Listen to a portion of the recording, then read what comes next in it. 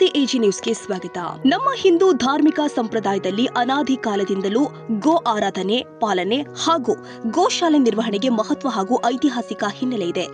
ರಾಮಾಯಣ ಕಾಲದಿಂದ ಹಿಡಿದು ವಿಜಯನಗರ ಸಾಮ್ರಾಜ್ಯದ ಮೂಲಕ ಪ್ರಸ್ತುತ ಕೂಡ ನಮ್ಮ ಹಿಂದೂ ಧಾರ್ಮಿಕ ಸಂಪ್ರದಾಯದಲ್ಲಿ ಗೋವುಗಳ ಪೂಜೆ, ಗೋವುಗಳ ಪಾಲನೆ ಹಾಗೂ ಗೋಶಾಲೆಗಳ ಮೂಲಕ ಹಲವಾರು ಸಂಘ ಸಂಸ್ಥೆಗಳು, ಮಠಮಾನ್ಯಗಳು, ವ್ಯಕ್ತಿಗಳು ಒಳ್ಳೆಯ ಹೆಸರು ಮಾಡಿದ್ದಾರೆ.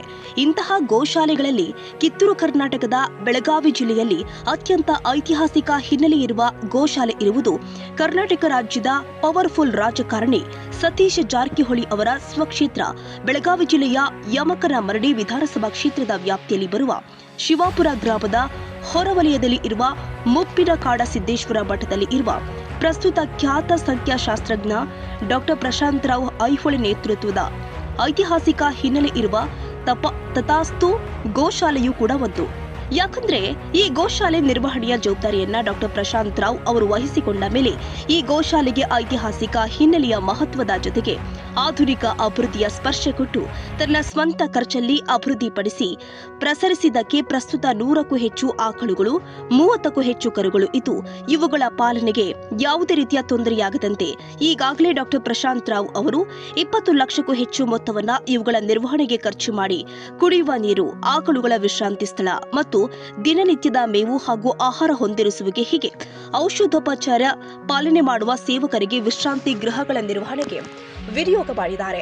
ಇನ್ನು ಈ ಸ್ಥಳ ತುಂಬಾ ಐತಿಹಾಸಿಕವಾಗಿ ಹಿನ್ನೆಲೆಯ ಮಹತ್ವ ಪಡೆದುಕೊಂಡಿದ್ದು ಪ್ರಸ್ತುತ ಇರುವ ಪೂಜ್ಯ ಮುಪ್ಪಿನಕಾಡ ಸಿದ್ದೇಶ್ವರ ಸ್ವಾಮೀಜಿ ಮಾರ್ಗದರ್ಶನವೂ ಕೂಡ ಈ ಮಠ ಹಾಗೂ ಗೋಶಾಲೆಗೆ ಇದ್ದು ದಿನನಿತ್ಯ ಇಲ್ಲಿಗೆ ಬರುವ ಭಕ್ತಾದಿಗಳ ಸಂಖ್ಯೆ ಜಾಸ್ತಿ ಆಗ್ತಾ ಇದೆ. ಇದರ ಜೊತೆಗೆ ಈ ಆಕಳುಗಳ ಸಗಣಿ ಹಾಗೂ ವಿವಿಧ ಧಾನ್ಯಗಳನ್ನ ಸಮ್ಮಿಶ್ರ ಮಾಡಿ ಶಾಸ್ತ್ರೋಕ್ತವಾಗಿ ತಯಾರು ಮಾಡಿ ಆರಾಧನಾ ಪದಾರ್ಥಗಳನ್ನ ತೆಗೆದುಕೊಂಡು ಹೋಗಲು ದಿನನಿತ್ಯ ಭಕ್ತಾದಿಗಳು ಆಗಮಿಸುತ್ತಾರೆ. ಇದರ ಜೊತೆಗೆ ಜೀವನದಲ್ಲಿ ಜಿಗುಪ್ಸೆಯಾಗಿ ನೆಮ್ಮದಿಯನ್ನ ಹರಿಸಿ ಈ ಸ್ಥಳಕ್ಕೆ ಬಂದು ಇಲ್ಲಿ ಇದ್ದು ಔಷಧೋಪಚಾರಿ ಹಾಗೂ ಸೇವೆಯನ್ನ ಮಾಡಿದ್ರೆ ಮತ್ತೆ ಪುನಶ್ಚೇತನವಾಗಿರುವ ಉದಾಹರಣೆ ತುಂಬಾ ಇದೆ ಎನ್ನುತ್ತಾರೆ ಇಲ್ಲಿನ ಸೇವಕರು. ಇಷ್ಟೆಲ್ಲ ಐತಿಹಾಸಿಕ ಹಿನ್ನೆಲೆ ಹಾಗೂ ಮಹತ್ವ ಇದ್ರೂ ಕೂಡ ಇಂತಹ ಪವಿತ್ರ ಸ್ಥಳದಲ್ಲಿ ಇರುವ ಗೋಶಾಲೆಯ ಅಭಿವೃದ್ಧಿಗೆ ಇನ್ನೂ ಹೆಚ್ಚಿನ ಆರ್ಥಿಕ ಸಹಾಯ ಸೇರಿ ವಿವಿಧ ರೀತಿಯ ಸಹಾಯಗಳು ಬೇಕಾಗಿದೆ. ಆಕಳುಗಳ ವಿಶ್ರಾಂತಿ ಸ್ಥಳ ಅಗಲೀಕರಣ, ಬೇಸಿಗೆ ಕಾಲದಲ್ಲಿ ಮೇವಿನ ಕೊರತೆ ನೀಗಿಸುವುದು, ಸೇವಕರ ವಿಶ್ರಾಂತಿ ಕೊಠಡಿ ನಿರ್ಮಾಣ ಹಾಗೂ ಇಲ್ಲಿಗೆ ಬರುವ ಭಕ್ತಾದಿಗಳಿಗೆ ದಾಸೋಹ ವ್ಯವಸ್ಥೆ ಮಾಡುವುದು, ನೀರಿನ ಸಂಪನ್ಮೂಲಗಳ ಸ್ಥಾಪನೆ ಹೀಗೆ 10 ಹಲವು ಯೋಜನೆಗಳು ತುಂಬಾ ಅವಶ್ಯಕತೆ ಇದೆ. ಆದ್ದರಿಂದ ನಮ್ಮ ನ್ಯೂಸ್ ಸಮೂಹದ ರಾಜ್ಯ ಉಪಸಂಪಾದಕ ಬಸವರಾಜ ಈ ಪವಿತ್ರ ಸ್ಥಳದ ತಥಾಸ್ತು ಗೋಶಾಲೆಗೆ ಭೇಟಿ ಕೊಟ್ಟು ನಿರ್ವಹಣೆಯ ಜವಾಬ್ದಾರಿ ಹೊತ್ತಿರುವ ಖ್ಯಾತ ಸಂಖ್ಯಾಶಾಸ್ತ್ರಜ್ಞ ಡಾಕ್ಟರ್ ಪ್ರಶಾಂತ್ ರಾವ್ ಐಹೊಳೆ ಹಾಗೂ ಇಲ್ಲಿರುವ ಸೇವಕರ ಅಭಿಪ್ರಾಯ ಸಮಗ್ರವಾಗಿ ಮಾಡಿ ವರದಿ ತಯಾರಿಸಿ ಬೆಳಕು ಚೆಲ್ಲುವ ಕೆಲಸ ಮಾಡಿದ್ದಾರೆ. ಹಲೋ, ಹಾಯ್, ನಮಸ್ಕಾರ. ನಾನು ಬಸವರಾಜ್ ಮಾತಾಡ್ತಾ ಇದ್ದೀನಿ, ಪತ್ರಕರ್ತರು. ಏನಪ್ಪಾ ಹಸುವಿನ ಕರುವನ್ನು ಇಟ್ಕೊಂಡಿದ್ದಾರೆ ಅಂತೀರಾ? ಹೌದು, ಒಂದ್ ರೀತಿ ಗೋ ಸೇವೆ ಮಾಡ್ಬೇಕು ಮತ್ತೆ ಗೋವುಗಳನ್ನ ಪಾಲನೆ ಮಾಡ್ಬೇಕು ಅಂತ ಹೇಳ್ಬಿಟ್ಟು ವೇದಗಳ ಕಾಲದಲ್ಲಿಂದನೂ ಸಹ ಸಾಕಷ್ಟು ಒಂದ್ ರೀತಿ ಗೋಗಳಿಗೆ ಅದರೇ ಆದ ಹೆಸರಿದೆ. ಗೋ ಸೇವೆ ಮಾಡೋರ್ಗೆ ಮತ್ತೆ ಗೋ ಪಾಲನೆ ಮಾಡೋರ್ಗೆ ಸಾಕಷ್ಟು ಪರಿಹಾರಗಳು ದೊರಕಿದಾವೆ. ಇಂತಹ ಸಂದರ್ಭದಲ್ಲಿ ಬೆಳಗಾವಿ ಜಿಲ್ಲೆಯಲ್ಲೂ ಸಹ ಗೋಶಾಲೆಗಳು ತುಂಬಾ ಇದಾವೆ. ಇವುಗಳಲ್ಲಿ ಅತ್ಯಂತ ಪ್ರಮುಖವಾಗಿರ್ತಕ್ಕಂಥದ್ದು ಕರ್ನಾಟಕ ರಾಜ್ಯದಲ್ಲಿ ಒಂದ್ ರೀತಿ ಪವರ್ಫುಲ್ ಪೊಲಿಟಿಷಿಯನ್ ಯಾರಪ್ಪ ಅಂದ್ರೆ ಸತೀಶ್ ಜಾರಕಿಹೊಳಿ ಸಾಹೇಬರು. ಅವರ ಒಂದು ಕ್ಷೇತ್ರದಲ್ಲಿರ್ತಕ್ಕಂಥ ಯಮಕನಮರಡಿ ಕ್ಷೇತ್ರದ ಒಂದ್ ರೀತಿ ಸುತ್ತಗಟ್ಟಿ ಗ್ರಾಮದ ಶಿವಾಪುರ್ ಸರಹದ್ದಿನಲ್ಲಿರ್ತಕ್ಕಂಥ ಒಂದ್ ರೀತಿ ಗೋಶಾಲೆ, ತಥಾಸ್ತು ಗೋಶಾಲೆ. ಇಲ್ಲಿ ಏನಪ್ಪಾ ಅಂದ್ರೆ ನಿಜವಾಗೂ ವಾಸ್ತವಕ್ಕೆ ಗೋಶಾಲೆ ಯಾವ ರೀತಿ ಇದೆಯಪ್ಪ ಅಂತಂದ್ರೆ ಆ ರೀತಿ ಇದೆ. ಕಾರಣ ಏನಪ್ಪಾ ಅಂದ್ರೆ ಹಲವಾರು ನೋಡಿ ಗೋಶಾಲೆಗಳು ಇರ್ತವೆ, ಆದ್ರೆ ಇಲ್ಲಿ ನಿಜವಾಗೂ ಗೋಶಾಲೆಗಳು ಸುಮಾರು ಒಂದು 20 ಎಕರೆ ಜಮೀನಲ್ಲಿ ಒಂದ್ ರೀತಿ ಕಾಡುಗಳಲ್ಲಿ ದಿನ ಮೇಯ್ಕೊಂಡು ಬಂದು ಇಲ್ಲಿ ಇರ್ತವೆ. ಇದ್ರ ಜೊತೆಗೆ ಸಾಕಷ್ಟು ಈ ಪ್ಲೇಸ್ ಯಾವ ರೀತಿ ಇದೆಯಪ್ಪ ಅಂತಂದ್ರೆ ಒಂದ್ ರೀತಿ ದೈವ ಸ್ಥಳ ಅಂತಾನೆ ಹೇಳ್ಬೋದು. ಇಲ್ಲಿ ಯಾಕಪ್ಪ ಅಂತಂದ್ರೆ ಖ್ಯಾತ ಒಂದ್ ರೀತಿ ಬೆಳಗಾವಿ ಜಿಲ್ಲೆಯಲ್ಲಿ ಇತ್ತೀಚೆಗೆ ಲೇಟೆಸ್ಟ್ ಏನಪ್ಪಾ ಅಂತಂದ್ರೆ ಖ್ಯಾತ ಸಂಖ್ಯಾಶಾಸ್ತ್ರಜ್ಞ ಡಾಕ್ಟರ್ ಪ್ರಶಾಂತ್ ರಾವ್ ಅವರ ಒಂದ್ ರೀತಿ ನೇತೃತ್ವದಲ್ಲಿ ಈ ಗೋಶಾಲೆನ ಇಂಪ್ರೂವ್ಮೆಂಟ್ ಮಾಡ್ಬೇಕು ಅಂತ ಹೇಳ್ಬಿಟ್ಟು ಅವ್ರ ಪಣ ತೊಟ್ಟದ ಮೇಲೆ ಸಾಕಷ್ಟು ಅಭಿವೃದ್ಧಿ ಪಡಿಸ್ತಾವ್ರೆ. ಅವರೇ ಸ್ವತಃ ಖರ್ಚಾಕಿದ್ದಾರೆ. ಇದ್ರ ಜೊತೆಗೆ ಇಲ್ಲಿರ್ತಕ್ಕಂಥ ಸ್ವಾಮೀಜಿಯವರು, ಮೌನಕಾಡ ಸಿದ್ದೇಶ್ವರ ಸ್ವಾಮೀಜಿಯವರು ಸಹ ಸಾಥ್ ಕೊಟ್ಟಿದ್ದಾರೆ. ಬನ್ನಿ, ಇಲ್ಲಿರ್ತಕ್ಕಂಥ ಇನ್ನೊಂದು ವಿಷಯ ಏನಪ್ಪಾ ಅಂತಂದ್ರೆ ಯಾವುದೇ ರಾಜಕಾರಣಿಗಳು ಈ ಒಂದು ಗೋಶಾಲೆಯ ಅಭಿವೃದ್ಧಿಗೆ ₹1 ಸಹ ಕೊಟ್ಟಿಲ್ಲ. ಸಾಕಷ್ಟು ನೆಪ ಮಾತ್ರಕ್ಕೆ ಎಲ್ಲ ಕಡೆ ಇಸ್ಕೊಂಡು ನೋಡವ್ರೆ, ಆದ್ರೆ ಈ ಶಾಲೆಗೆ ಯಾವುದೇ ರೀತಿ ಕೊಟ್ಟಿಲ್ಲ. ಎಲ್ಲೆಲ್ಲೋ ಕೊಡ್ತಿರಲ್ಲ, ಈ ಒಂದು ಗೋಶಾಲೆಯ ಪ್ರಸ್ತುತ ಪರಿಸ್ಥಿತಿ ನೋಡಿದ್ರೆ ನೀವೇ ಬಂದ್ಬಿಟ್ಟು ಕೊಟ್ಟೋಗ್ತಿರೋ ಅಂತ ವಿಚಿತ್ರವಾಗಿದೆ, ಅಂತ ವಿಶಿಷ್ಟವಾಗಿದೆ, ಅದೇ ರೀತಿ ಶ್ರೇಷ್ಠವಾಗಿದೆ. ಹಾಗಾದ್ರೆ ಬನ್ನಿ, ತಥಾಸ್ತು ಗೋಶಾಲೆಯ ಪ್ರಸ್ತುತ ಪರಿಸ್ಥಿತಿ ಯಾವ ರೀತಿ ಇದೆ, ಯಾವ ರೀತಿ ಪಾಲನೆ ಮಾಡ್ತಾವ್ರೆ, ಮತ್ತೆ ಇಲ್ಲಿರ್ತಕ್ಕಂಥ ಪಾಲನೆ ಮಾಡ್ತಾ ಇರ್ತಕ್ಕಂಥ ಇದರ ನೇತೃತ್ವ ವಹಿಸ್ತಕ್ಕಂಥ ಡಾಕ್ಟರ್ ಪ್ರಶಾಂತ್ ರಾವ್ ಅವರು ಏನ್ ಹೇಳ್ತಾರೆ, ಇಲ್ಲಿರ್ತಕ್ಕಂಥ ಸ್ವಾಮೀಜಿಗಳು ಏನ್ ಹೇಳ್ತಾರೆ, ಮತ್ತೆ ಇಲ್ಲಿರ್ತಕ್ಕಂಥ ಗೋವುಗಳು ಯಾವ ರೀತಿ ಪರಿಪರಿಯಾಗಿ ತೋರಿಸ್ತೀನಿ. ನಾನು ನಿಮ್ಮ ಬಸವರಾಜು. ನಮಸ್ಕಾರ, ಥ್ಯಾಂಕ್ ಯು ಬಸವರಾಜ್. ಗೋಶಾಲೆ ಬಗ್ಗೆ ನಿಮ್ಮ ಅಭಿಪ್ರಾಯ ಹೆಂಗೆ? ಗೋಶಾಲೆ ಬಗ್ಗೆ ನೋಡ್ರಿ, ಇಲ್ಲಿ ಮಳೆಗಾಲದಲ್ಲಿ ಚೆನ್ನಾಗಿರುತ್ತೆ ರೀ, ಬೇಸಿಗೆಯಲ್ಲಿ ಕಷ್ಟ ಆಗುತ್ತೆ ರೀ. ಗೋಶಾಲೆಗಳಿಗೆ ಹುಲ್ಲು ನೀರು ಬೇಕಾಗುತ್ತೆ ರೀ, ಅದೆಲ್ಲ ಸೇರ್ತಾರೆ ಬೇಕ್ರಿ ನಮ್ಗೆ. ಅದು ಹಿಂಡಿ ಕೊಡ್ಬೇಕು, ಆಮೇಲೆ ಹುಲ್ಲದು ಬೇಕಾಗತ್ತೆ ರೀ, ಅದೆಲ್ಲ ಕೊಡ್ಬೇಕ್ರಿ. ಆದ್ರೆ ಇರೋಕ್ಕ ಹಿಂಗ್ ಬಂದಿದ್ರೆ ಭಕ್ತರುಗಳಿಗೆ ಒಂದ್ ಸ್ವಲ್ಪ ತೊಂದ್ರೆ ಇದ್ರೆ ಇಲ್ಲಿ, ಅದಕ್ಕೆ ರೂಮ್ಗಳು ಹಿಂಗ ಇರ್ಲಿಕ್ಕೆ ಸ್ಥಾನ ಬೇಕ್ರಿ ಚೆನ್ನಾಗಿ, ಅದಕ್ಕೆ ಅದೆಲ್ಲ ವ್ಯವಸ್ಥೆ ಮಾಡ್ಕೊಡ್ಬೇಕ್ರಿ. ಆಮೇಲೆ ಇನ್ನೊಂದ್ ಹೇಳ್ತೀನಿ, 15 ವರ್ಷ ನಾವು ಸೇವಾ ಮಾಡತ್ತೇವೆ ಇಲ್ಲಿ. ಆದ್ರೆ ಆಯುರ್ವೇದ ಔಷಧ ತಗೋತಾರೆ, ಎಲ್ಲಾರು ಚೆನ್ನಾಗಿ ಆಗುತ್ತಾರೆ. ಹಾಸ್ಪಿಟಲ್ ಹೋಗೋದ್ ದೊರಕನೇ ಇಲ್ಲ ರೀ. ಆದ್ರೆ ನನ್ನ ಉದ್ದೇಶನ ತಗೋರಿ, ನಿಮ್ಗೆ ನನಗೆ ಅಪೆಂಡಿಕ್ಸ್ ಆಗಿತ್ತು ಅಂತ ಹೇಳಿದ್ರು ಡಾಕ್ಟರ್. ಆದ್ರೆ ಆಪರೇಷನ್ ಮಾಡಿದ್ರೆ ಉಳಿತಾರ, ಇಲ್ಲ ಉಳಿದಿಲ್ಲ ಅಂತ ಹೇಳಿದ್ರು. ಅವ್ರ ಗುರುಗಳು ಏನ್ ಹೇಳಿದ್ರು, ನಮ್ಮ ಯಜಮಾನ್ರು ಸೇವಾ ಮಾಡ್ತಾರೆ, 10-15 ವರ್ಷದಿಂದ ಸೇವಾ ಮಾಡ್ತಿರು. ಆದ್ಮೇಲೆ ತಿರ್ಕೊಂಡ್ರು ಅವರು, 20 ವರ್ಷ ಆಯ್ತು. ಅದ್ರ ಮುಂದೆ ನಾನು ಅದೇ ರೀತಿನೇ ನಡ್ಕೊಂಡ್ ಹೋಗತ್ತೇನ್ರಿ. ಆಮೇಲೆ ಇಲ್ಲಿ ಔಷಧ ಕೊಡ್ತೇನೆ, ಹಾಸ್ಪಿಟಲ್ ಹೋಗ್ಬೇಡ ಅಂತ ಹೇಳಿದ್ರು ಗುರುಗಳ್ರಿ. ನಮ್ ಕಾಸಿದ್ದೇಶ್ವರ ಹೇಳಿದ್ರಿ. ಆಮೇಲೆ ಔಷಧ ಕೊಡ್ತೇನೆ ನಮ್ಗೆ. ಆಮೇಲೆ ಆಪರೇಷನ್ ಇಲ್ಲ, ಏನು ಇಲ್ಲ ರೀ, ಚೆನ್ನಾಗಿನೇ ಇದೇನ್ರಿ. ಒಟ್ಟಾರೆ ಈ ಒಂದು ಗೋಶಾಲೆ ಬಂದು ಸೇವೆ ಮಾಡೋದ್ರಿಂದ, ಇಲ್ಲಿರ್ತಕ್ಕಂಥ ಔಷಧ ತಗೊಳ್ಳೋದ್ರಿಂದ ಚೆನ್ನಾಗಿದೆ. ಗೋಶಾಲೆ ಅಂದಿದ ತಕ್ಷಣ ಎಂತ ಏನು ಹೈಯೆಸ್ಟ್ ಓದಿರತಕ್ಕಂಥವ್ರು ಸಹ ಗೋಶಾಲೆ ಮಾಡ್ಬೇಕು, ಗೋ ಸೇವೆ ಮಾಡ್ಬೇಕು ಅಂತ ಸ್ವಯಂವಾರ್ಥವಾಗಿ ಎಷ್ಟು ಅವ್ರನ್ನ ತೊಡಸ್ಕೊಂಡಿದ್ದಾರೆ ಈ ಶಾಲೆಯಲ್ಲಿ. ವಿಶೇಷವಾಗಿ ತಥಾಸ್ತು ಗೋಶಾಲೆ ಅನ್ನೋದಕ್ಕೆ ಸ್ಪಷ್ಟ ಉದಾಹರಣೆ ಇವರು. ವಿಶೇಷವಾಗಿ ಇವ್ರು ನೋಡಿದ್ರೆ ಏನಪ್ಪಾ, ಏನೋ ಒಂದು ಹಸು ಇಟ್ಕೊಂಡವ್ರೆ, ಏನೋ ಪೇಟ ಸುಟ್ಕೊಂಡವ್ರೆ ಅಂತೀರಾ. ಇವರು PhD ಗೆ ಬಾರಿ ಅಪ್ಲೈ ಮಾಡಿದ್ದಾರೆ. ಒಳ್ಳೆ ಏನೋ ಡಬಲ್ ಡಿಗ್ರಿ ಓದಿರ್ತಕ್ಕಂಥವ್ರು, ಮೈಸೂರು ಯೂನಿವರ್ಸಿಟಿಲಿ ಡಿಗ್ರಿ ಮಾಡಿದ್ದಾರೆ. ಪಾಪ ಇವರು ಏನ್ ಹೇಳ್ತಾರೆ ಈ ಒಂದು ಏನು ಗೋಶಾಲೆ ಬಗ್ಗೆ, ಮತ್ತೆ ಇಲ್ಲಿರ್ತಕ್ಕಂಥ ಒಂದ್ ರೀತಿ ಪರಿಪಾಲನೆ ಬಗ್ಗೆ ಏನ್ ಹೇಳ್ತಾರೆ. ನಮಸ್ತೆ, ತಮ್ಮ ಹೆಸರು? ಮಹಾವೀರ್. ಹೇಳಿ, ತಾವೇನು ಓದಿರೋದು? MA ಯಾವ ಯೂನಿವರ್ಸಿಟಿ? ಹೇಳಿ ಸರ್, ಈ ಒಂದು ಗೋಶಾಲೆ ಬಗ್ಗೆ ತಮ್ಮ ಅಭಿಪ್ರಾಯಗಳು? ಈ ಗೋಶಾಲೆಯಲ್ಲಿ ಒಂದು 80 ರಿಂದ 90 ಹಸುಗಳಿವೆ. ಅದರಲ್ಲಿ ಒಂದು 30 ಕರುಗಳಿವೆ. ಅದರಲ್ಲಿ ಒಂದು 8 ಹೋರಿಗಳಿವೆ. ಅದರಲ್ಲಿ ಒಂದು 50-55 ಹಸುಗಳಿವೆ.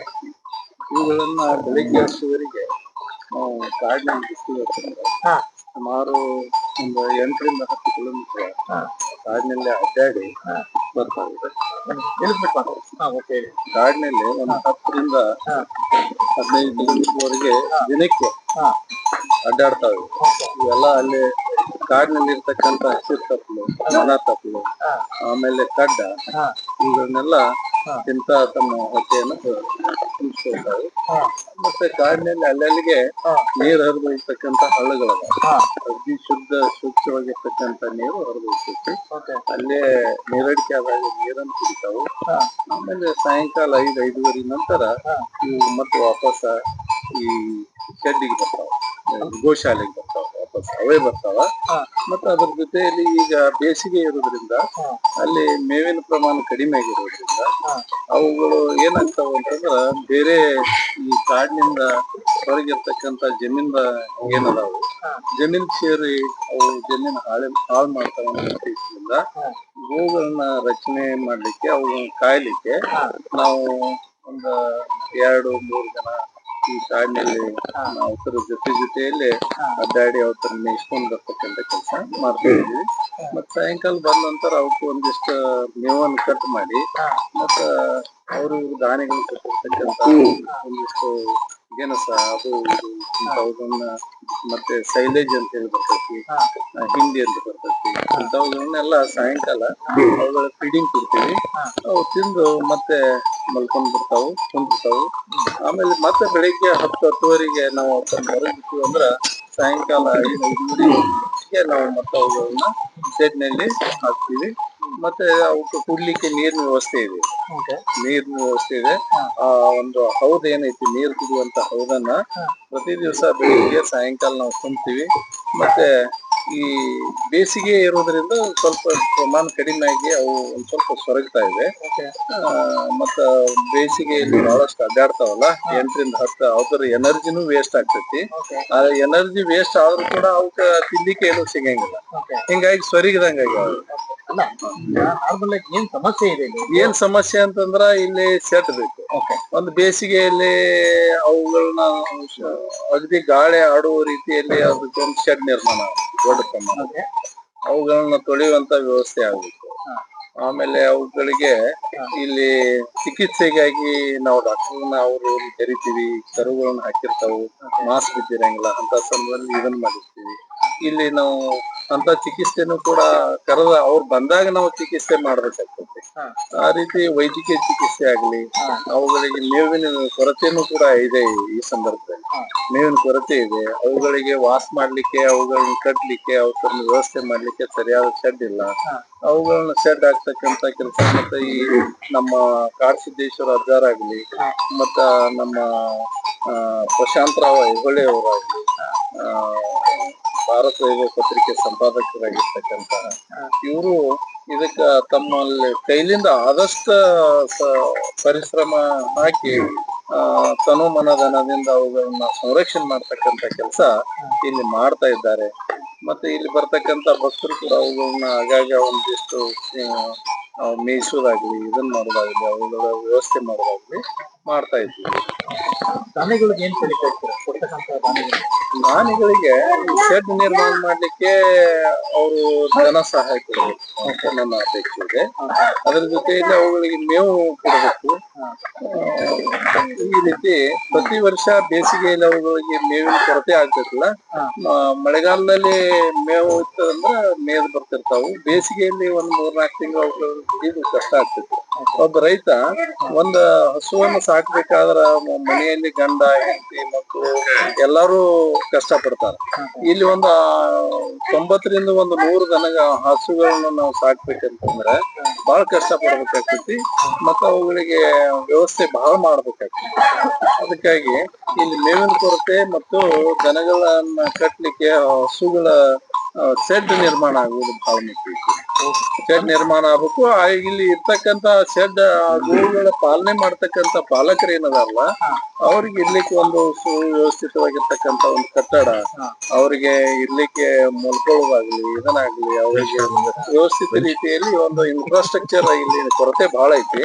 ಅದು ನೀಗಿಸುವಂತ ಕೆಲಸ ದಾನಿಗಳಿಂದ ಆದ್ರ ಬಹಳ ಒಳ್ಳೆ ರೀತಿಯಿಂದ ಈ ಒಂದು ತಥಾಸ್ತು ಗೋಶಾಲೆ ಅಭಿವೃದ್ಧಿ ಆಗ್ತತಿ ಅಂತಕ್ಕಂತ आशाभावने इट्ಕೊಂಡು ಎಲ್ಲ ದಾನಿಗಳಲ್ಲಿ ನಾನು एक कुपन काढलेले आहे शेड करण्यासाठी निमित्तामध्ये सहायदान सर्वांना करायला पाहिजे.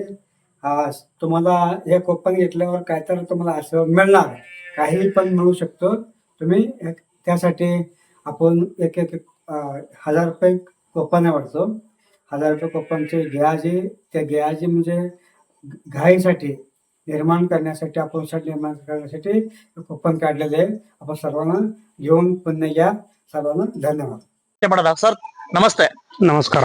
ಹೇಳಿ ಸರ್, ಈಗಿನ ವಿಷಯದಲ್ಲಿ ಸಾಕಷ್ಟು ಒಂದ್ ರೀತಿ ಗೋಶಾಲೆಗಳು ಇದಾವೆ.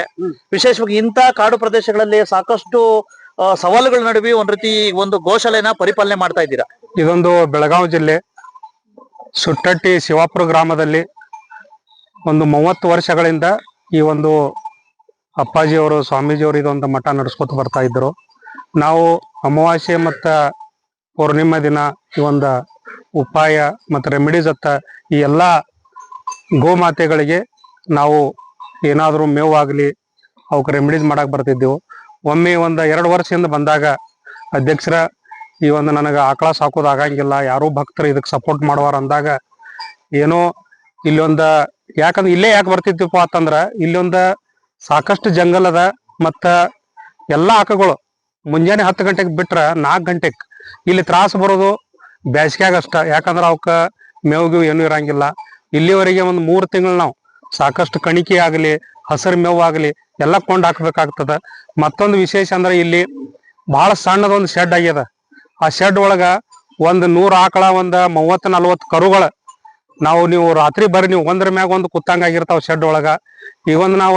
ಈ ಒಂದ ಕಾಡ ಸಿದ್ದೇಶ್ವರ ಸ್ವಾಮೀಜಿ ಅವರ ಅಪ್ಪಣೆ ಮೇರೆಗೆ ಈ ತಥಾಸ್ತು ಗುರುಕುಲದಲ್ಲಿ ಒಂದು 100 ಅಡಿ ಉದ್ದ 100 ಅಡಿ ಅಗಲ ಒಂದು ದೊಡ್ಡ ಮಾದರಿಯಾದಂತ ಒಂದು ಶೆಡ್ ಕಟ್ಟುವ ಒಂದು ಯೋಜನೆ ಮಾಡಿದ್ದೀವಿ. ಆ ಯೋಜನೆಯಲ್ಲಿ ಎಲ್ಲರ ಕೈ ಹತ್ತಬೇಕು. ಮತ್ತ ಈ ತಥಾಸ್ತು ಗುರುಕುಲ ಈ ಒಂದು ಶಾಲೆಯಿಂದ ಎಲ್ಲರಿಗೆ ಒಂದು ಆಶೀರ್ವಾದ ಹೋಗ್ಬೇಕತ್ತ ಒಂದು 1000 ರೂಪಾಯಿ ಕೂಪನ್ ತೆಗೆದಿದ್ದೀವಿ. ಒಂದು 15,000 ಕೂಪನ್ ಅದಾವು. ಅದರ ಬೆಲೆ 1,000. ಅವ್ರಿಗೆ ಎಲ್ಲ ನಾವು ಅವ್ರಿಗೆ ಒಂದು ಟಿ ಶರ್ಟ್ ಆಗಲಿ, ಆಮೇಲೆ ಸೀರೆಗಳಾಗಲಿ ಕೂಪನ್ ಇಟ್ಟಿವ. ಮತ್ತ ಜೂನ್ 21ನೇ ತಾರೀಕು ನಾವು ಕೂಪನ್ ಡ್ರಾ ಮಾಡಾಕತ್ತೀವಿ. ಇಚ್ಛುಕ್ ಭಕ್ತರು, ಈ ಮಠದಾಗ 30 ವರ್ಷ ಭಕ್ತರು ಅದಾರು.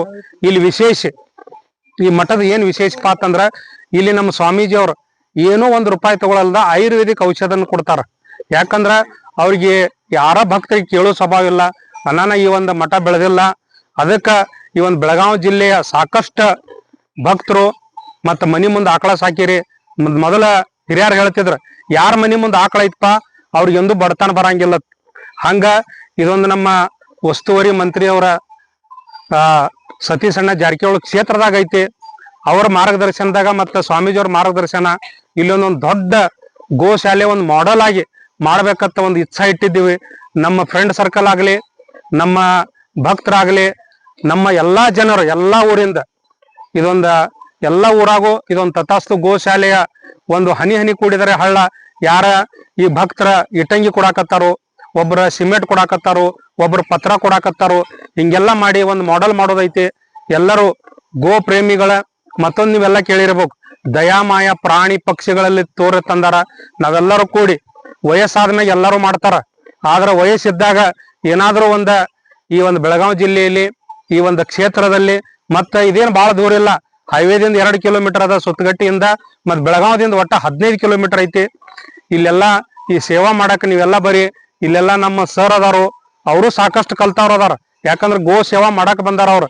ಇಲ್ಲಿ ನಮ್ಮ ಅಕ್ಕವ್ರ ಅದಾರ, ಇಲ್ಲಿ ಅಮ್ಮವ್ರ ಅದಾರ. ಇವರೆಲ್ಲ ಮನಸ್ಸು ಬೀಚಿ ಮತ್ತೊಂದು ಅಮಾಸಿ ಒಣಗಿ ಇಲ್ಲಿ ಜನ ಇದೊಂದ ಕಾಡದಾಗೆಲ್ಲ ಈ ಆಕಗಳು ಕೂಡ ತಿರುಗುತ್ತಾರು.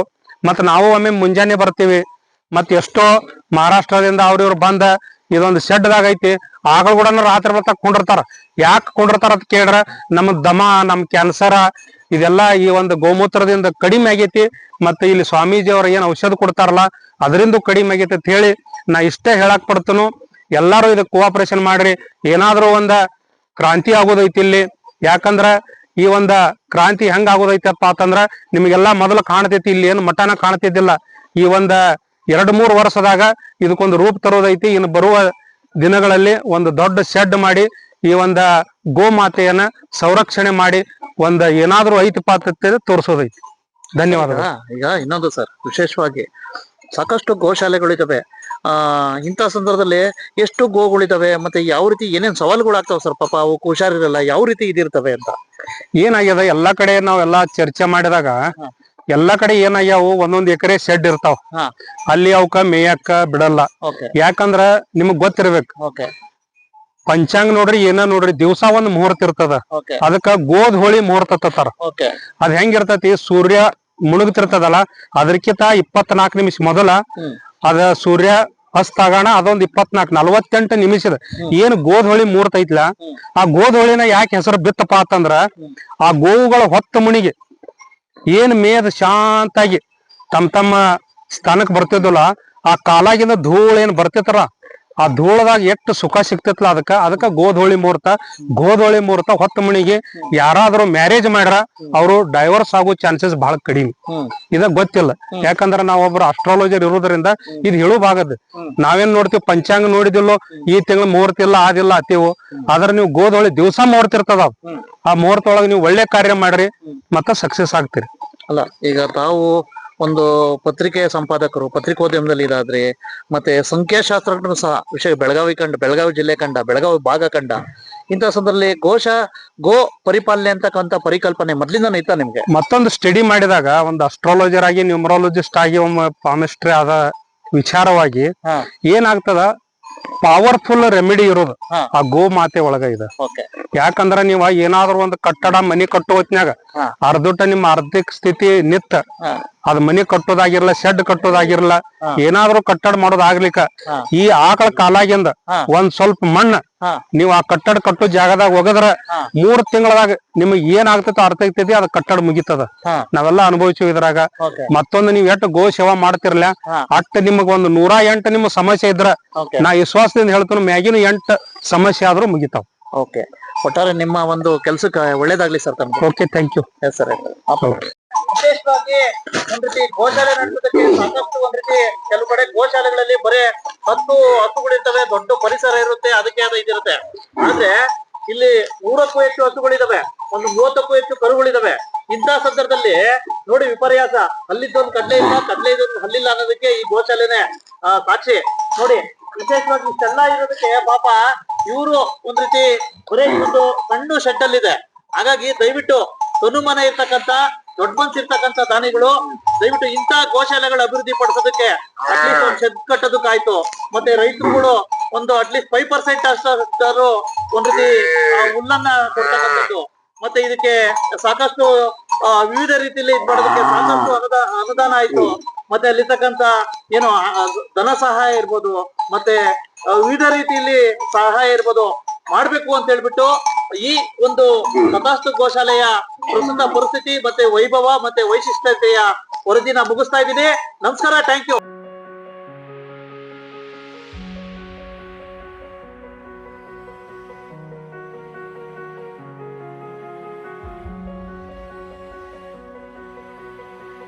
ಕನ್ನಡಿಗರ ಮೆಚ್ಚಿನ ನಿಮ್ಮ AJ 24/7 ನ್ಯೂಸ್ ಕನ್ನಡ ವಾಹಿನಿ ಇದೀಗ ಟಿವಿಯಲ್ಲಿ ಲಭ್ಯ. ವೇಳೆ ನೋಟಿಸ್ ಕೊಟ್ಟಿದ್ರೆ ವಾಪಸ್ ತಗೋತೀವಿ. ಇವತ್ತು ವಕ್ಫ್ ಪ್ರಾಪರ್ಟಿ ಅಂತೇಳಿ ಬರ್ತದೆ ಅಂತ ಹೇಳಿದ್ರೆ ರೈತರ ಬೀದಿಗೆ ಬದಲು ಏನ್ ಮಾಡ್ಬೇಕಾಗತ್ತೆ? ಯಾರು ವೋಟ್ ಹಾಕಲಿಲ್ಲ ಅಂದ್ರೆ ಗ್ಯಾರಂಟಿನೆಲ್ಲ ಸ್ಟಾಪ್ ಮಾಡ್ಬಿಡ್ತೀವಿ.